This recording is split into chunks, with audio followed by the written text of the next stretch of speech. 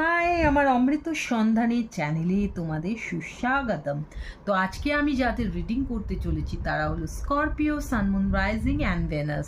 তো স্করপিও, প্রথমেই বলে দিই অসংখ্য অসংখ্য ধন্যবাদ আমার চ্যানেলটাকে সাপোর্ট করার জন্য। আশা করব তোমরা আমার চ্যানেলটাকে এইভাবেই সাপোর্ট করে চলবে। যারা এখনও আমার চ্যানেলটাকে সাবস্ক্রাইব করনি, আমার রিডিংটা শুনছো, প্লিজ আমার চ্যানেলটাকে সাবস্ক্রাইব করে দিও। আর অবশ্যই লাইক করো, রিডিংটা যদি পছন্দ হয় কমেন্ট করো, এবং তোমাদের নোটিফিকেশন বেলটা সেটা টার্ন অন করে রাখো, যাতে আমার নতুন নতুন রিডিংগুলো এলে তোমরা সেটা প্রথমেই দেখতে পারো। তো স্করপিও বন্ধুরা, আজকের রিডিংটা শর্ট হতে চলেছে এবং ভেরি ভেরি ইন্টারেস্টিং হতে চলেছে, কারণ আজকে আমি তোমাদের জন্য রিডিং করতে চলেছি দিওয়ালি বা কালী পুজো উপলক্ষে।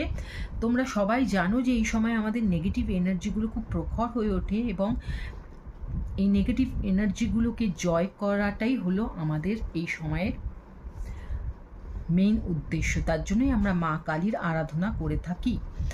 তো আমার রিডিংটা হবে এই বিষয় যে এই সময় তোমার অবচেতন মনে বা সাবকনশিয়াস মাইন্ডে তোমার কি কি নেগেটিভ এনার্জিগুলো থাকবে এবং তোমাকে সেটা কিভাবে জয় করতে হবে।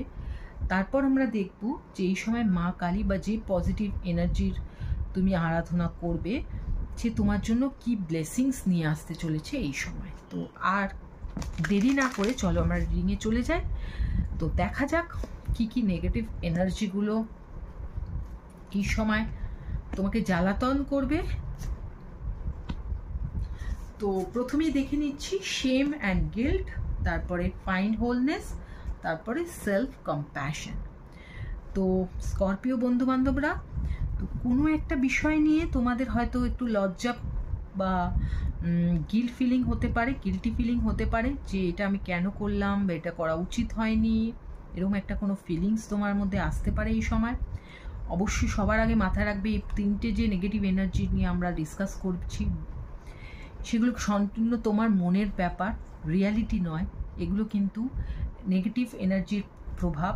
এগুলোকে যদি পুষে রাখো তাহলে নেগেটিভ আরও নেগেটিভ এনার্জিগুলো তোমাকে আক্রমণ করবে, যেগুলো তোমার চারপাশে এই সময় ঘুরবে। তো এগুলো থেকে মুক্ত হওয়ার একমাত্রই উপায় হলো তুমি নিজে, তোমার নিজের ইচ্ছা। তো এই শেম অ্যান্ড গিল্ট থেকে আমি দেখতে পাচ্ছি যে এই সময় কোনো রকম একটা লজ্জা বা গিল্টি ফিলিং হতে পারে, যেটাকে তুমি ফিল করবে কোনো রকম চিন্তা ছাড়াই।